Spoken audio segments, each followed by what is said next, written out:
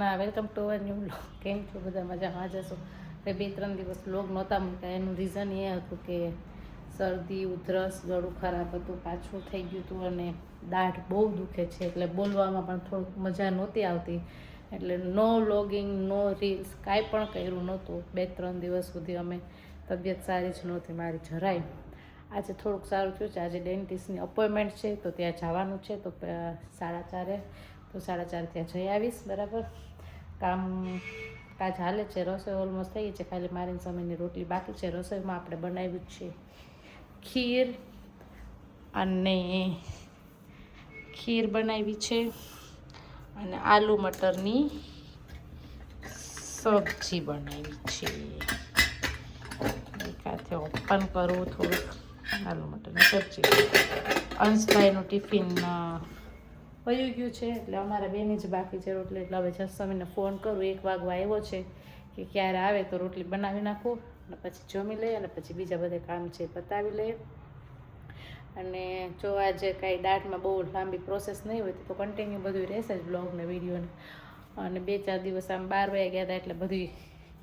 અને ફાર્મ હાઉસે ગયા ત્યારે બ્લોગિંગ બહુ સરસ થાત, પણ એમાં એવો હતો અમે ત્યાં પહોંચ્યા ને અને રાતે પહોંચ્યા એટલે પછી રાતે મોડા સૂતા હતા, એટલે સવારે ઉઠ્યા ને આજે તો ઉઠ્યા નહોતા. એની પહેલાં ઘરેથી થોડાક એવા સમાચાર આવ્યા કે તે દિવસે તો આખો દિવસ કાંઈ મૂડ હતો નહીં, એટલે બ્લોગિંગ થયું નહોતું. મારા આંટીની તબિયત બગડી ગઈ હતી, જે હમણાં તમે મેરેજના વિડીયો જોયા હતા એ આંટીની, એના છોકરાના મેરેજ હતા એને. તો બસ એટલા માટે પછી તે દિવસે થોડુંક ટેન્શનવાળો માહોલ થઈ ગયો હતો, એટલે બ્લોગિંગ કર્યું ને પછી બીજે દિવસે થોડુંક કર્યું છે. તો એ ક્લિપ તમને અત્યારે હું બતાવી દઉં છું, તો તમે એ ક્લિપ જોઈ લો. તો હું સમયને ફોન કરી લો, આવે તો રસોઈ બનાવી લો, જમી લઈ, પછી જોઈએ છે ડેન્ટિસ્ટને શું કહે છે, પછી પાછા મળીએ આપણે. તો તમે આ ક્લિપ ફાર્મ હાઉસવાળી જોઈ લો, થોડી ઘણી છે એ, અને તમે એન્જોય કરી લો. Krishna, welcome to new blog. કેમ છો? રંગપંચમીમાં બધા રેમાં, સમયકુમાં નથી રહીમાં અમારી. રહીમાં નહીં ને, વયા ગયા ને તમે. હાલો, પૂરી, ફ્રૂટસર ને દૂધ પાક. જો કોના મોઢે કલર જાજો છે? દીદી. એ બધાથી વધારે રહીને મસ્ત તો જે ટકાટક થઈ ગઈ. જે તાર કાનમાં છે હરખાઈને આવ્યો નથી તું? અરે હું આવ્યો છું. નહીં પપ્પાએ મને નો. આયા છે. હા, કાનમાં છે, અહીંયા છે. મમ્માને અહીંયા છે. એવું લાગે કે જો ઓડી હરખાએ જમજો. ચમચી નથી લીધી? ભીનું તો એવું છે હજી પકડી. જે કલર ભૈરો છે એ અમારા બા ને આરુષ બે જમે છે. પૂરી જોઈએ બા? અમરતા જમે છે.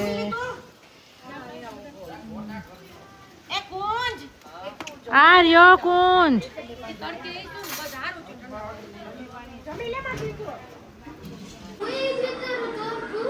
હા, એને પૂરું બસ કુંજ ઠો આપી દીધા બધાને.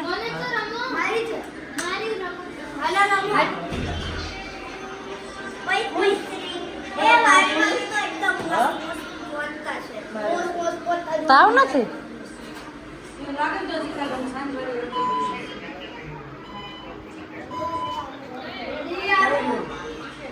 આખો દી ખાવાનું કામે. તમારા માટે કુરબાન. શું કુરબાન? તમારા માટે કુરબાન. હેલો ભાઈઓ, રોમ રોમ. હેલો ભાઈઓ, રોમ રોમ. 5 વાગે ગાંઠિયાનો પ્રોગ્રામ. રોમ રોમ કેતા. હેલો, શેનો પ્રોગ્રામ છે તમારે? બા એમને બાની આ જગ્યા મેં જેટલી વાર વિડીયો લીધા બા જ બેઠા. બાની ફિક્સ જગ્યા છે. અમારા નાનીમાં છે ભાઈ.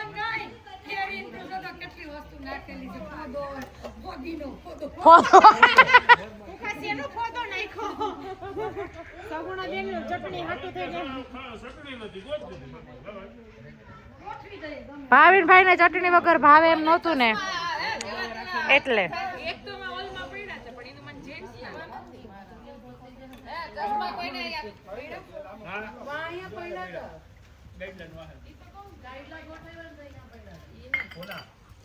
का कि आपकी टीम बेहतर खेलती आ रही है, प्रदर्शन बेहतर करती आ रही है, तो समझ એ જ નથી સમજાતું.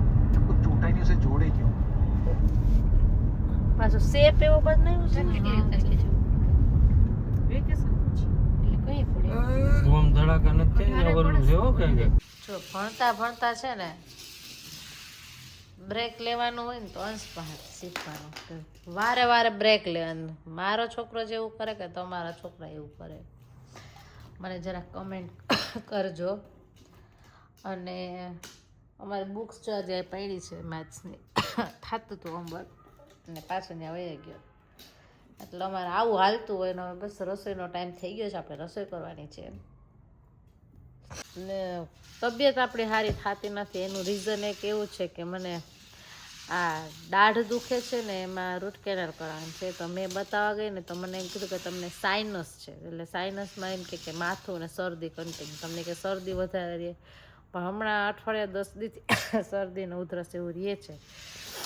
તો હવે જોઈએ છે. આજે તો કાલ બહુ દાઢ દુખતી, 2-3 દી તો બહુ દુખ્યું. 3 દી એવા દુખ્યા ને તો ડૉક્ટરે નહોતા. કાલ અપોઇન્ટમેન્ટ મળી તો કાલ ગઈ બતાવવા.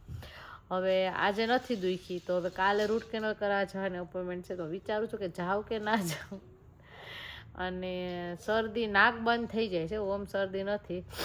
માથું આજે નથી દુખતું પણ ઓમ ભારે ભારે એવું લાગે છે.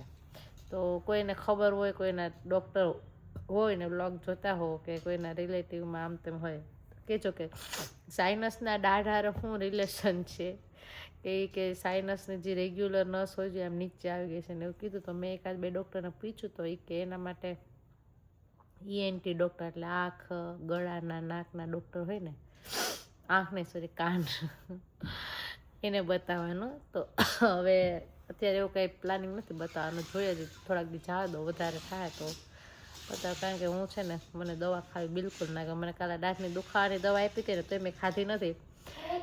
મારી પાસે એક લિક્વિડ જેવું છે, અમે લઈ આવ્યા છે એક જગ્યાએથી, ક્યાં પેલું ખબર હોય તો વલસાડ પાસે ઓલું વિશ્વમભરી ધામ છે ને ત્યાંથી, ઓલું આપણે શરદીમાં ને એમાં નથી, એ શરદી થઈ એટલે મલ્ટીપર્પઝ યુઝ છે એનો. તો એ દાઢ દુખતી હતી ને તો મેં એમાં રૂમમાં લગાવી અને ત્યાં રાખ્યું ને ઘડીક વાર તો મને આજ આખું આયુર્વેદિક ડ્રોપ્સ છે, ગાયના ઓલામાંથી જ બધે બનાવેલા એવું કંઈક છે. તો મટી ગઈ છે, આજે દુખતી નથી. તો હું સમીને ના પાડતી હતી કે આપણે છે ને હવે જવું નથી, ગુજરાત જઈને કરાવશું, આ નથી કરાવવું. અમે હમણાં પછી આંસને એક્ઝામ ને એવું આવે છે તો એ પછી થોડુંક એનું હોય ને પાવરને માથું દુખે ને વધારે, એના કરતાં આપણે પછી કરાવીએ. જોઈએ છે શું થાય છે એ. અને સાંજ પડી ગઈ છે, સનસેટ થઈ ગયો છે અને રસોઈ કરવાની છે. રસોઈમાં જે બનાવવાનું છે ગલકાનું શાક, તે તુરિયાનું શાક ને રોટલા એવું છે. આજે મારે મિશ્વાનો બર્થડે છે તો બધાય વિશ કરી દેજો. એને ના કર્યું હોય મેં ફેસબુકમાં અને ઇન્સ્ટામાં ને એમાં તો સ્ટોરીને ઓલું મૂકી દીધું એટલે મોસ્ટ ઓફ વિશ કરી દીધું છે.